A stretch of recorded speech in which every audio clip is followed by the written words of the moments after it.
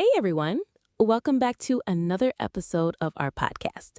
Today's topic is something we've all been thinking about: how to speak English like a native in just 30 days. Imagine the confidence you'd have if you could speak English without hesitation or fear of making mistakes. That's right. We've got some incredible strategies, real-life examples, and personal experiences that will help you fast-track your English skills. It's not about becoming perfect overnight. It's about consistent practice and getting the right techniques to improve every day.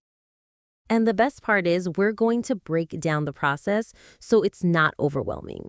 Whether you're a beginner or you've been learning English for a while, by the end of this podcast, you'll have a clear 30-day roadmap to follow. Exactly. You don't need to memorize hundreds of grammar rules or have perfect pronunciation right away. We'll show you the shortcuts and tips that will help you sound like a native faster than you think. Let's start with the first game-changing strategy: immersion. When I first started learning English, I didn't have access to formal classes, so I had to rely on my environment. Immersion is all about surrounding yourself with English constantly, whether it's through media, interactions, or even the way you think. Exactly. I started by watching my favorite movies, but not just watching them in English, watching them with English subtitles. This way, I could connect the spoken words with their written form, and it helped me learn vocabulary faster. That's a great tip. And it's not just about movies and TV shows. I personally started listening to English podcasts during my commute. And at first, it was tough because I didn't understand everything. But over time, I started picking up new phrases and improving my listening skills. Yes, and don't be afraid to watch content that's not in formal English. Watching reality TV shows or YouTube videos where people are just having casual conversations is a great way to learn how real natives speak. I've also heard people say that they tried changing their phone or computer settings to English. At first, it can be confusing, but it's a powerful technique for increasing your exposure to the language. Plus, it helps you think in English more often. And another cool thing is listening to music. Even though you may not understand all the words, the rhythm and pronunciation can help train your ear. For example, try listening to the lyrics of your favorite English song and then look them up. I did this with pop songs, and it helped me with pronunciation and vocabulary. Now, let's dive into something that can really set you apart: pronunciation and intonation. One thing I've noticed is that people often confuse accent with pronunciation. The truth is, you don't need to lose your accent to sound like a native. Exactly. I still have my accent, but I've worked hard on my pronunciation so I don't sound too foreign when I speak. The key is to focus on the sounds that are most different from your native language. For example, English has a lot of vowel sounds that don't exist in other languages. Right. And something that helped me a lot was focusing on word stress. In English, stressing the wrong syllable in a word can completely change the meaning. For example, record, noun, versus record, verb. It's all about intonation too, how you use your voice to express emotion. English speakers tend to use a lot of rising and falling tones. A simple hello can sound friendly or sarcastic, depending on how you say it. And that brings us to mimicking native speakers. Find clips of people speaking in English and try to copy them. Focus on their rhythm, pauses, and how they pronounce tricky words. At first, it'll feel awkward, but over time, it'll become second nature. You can also use resources like YouTube channels or apps that teach pronunciation. Many of these have slow motion speech to help you get every detail right. It's like having a personal tutor at your fingertips. Moving on to mistakes. It's inevitable. You're going to make mistakes when learning English. But the most important thing is not to let those mistakes hold you back. That's so true. One mistake I used to make was being afraid of speaking. I didn't want to make mistakes, so I avoided talking. But the best way to improve is by making mistakes and learning from them. It's totally normal.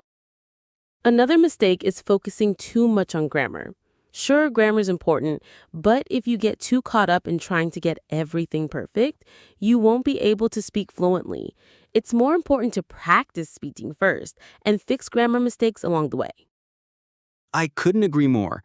I used to get so stressed about making mistakes in my sentence structure, but I realized that natives make mistakes too. It's all about communicating effectively, even if the grammar isn't perfect. Another huge mistake is not using real-world English, slang, idioms, and phrasal verbs. These are the things that make you sound natural. If you only learn textbook English, you'll sound robotic. Try to pick up new phrases and expressions that natives use in everyday conversation. I remember learning the phrase, "what's up?" instead of "how are you?" when I first came across it. It felt so casual and cool. But I kept hearing it in movies, so I started using it with my friends. It helped me sound more fluent. Exactly. Don't be afraid to take risks with your language use. Even if you use the wrong phrase, native speakers will usually understand you and appreciate the effort. It's all part of the learning process. Now, let's get into a practical daily routine. The key to mastering English in 30 days is consistency. You don't need to study for hours, but you need to incorporate English into your day every day. I, personally, spend about 45 minutes a day on English. I break it into chunks: 15 minutes for listening, 15 minutes for speaking, and 15 minutes for vocabulary. And I do this first thing in the morning, so I start my day immersed in English. I do something similar. After my breakfast, I take 15 minutes to watch a short video or listen to a podcast in English. Then I spend 10 minutes speaking out loud, just talking to myself, practicing what I learned. In the evening, I go over any new words I picked up during the day. I make flashcards or write them down, and then I use them in sentences. This reinforces the new vocabulary. You can also use language learning apps like Duolingo, Babbel, or HelloTalk to practice. I love HelloTalk because it connects you with native speakers who can correct your mistakes in real time. If you have a bit more time, try to write a daily journal in English. It doesn't have to be long, just a few sentences to get your thoughts out. This will help with sentence structure and vocabulary. Now, let's talk about the big challenge, the 30-day challenge. This is where you'll really put everything into action. For the next 30 days, your goal is to practice English every single day. If you miss a day, don't worry. Just get back on track the next day. Consistency is what will lead to progress. By the end of the 30 days, record yourself speaking for 5 minutes. Compare that recording with your first one. You'll be amazed by how much you've improved. And remember, it's not about perfection. It's about being able to communicate naturally. If you stay consistent with these habits, you'll sound like a native before you know it. Thanks for joining us on this journey to mastering English in 30 days. We hope these tips and strategies help you become more confident and fluent in English. Don't forget to subscribe, share this episode with your friends, and leave us a comment on how you're doing with the 30-day challenge. We'll see you in the next episode.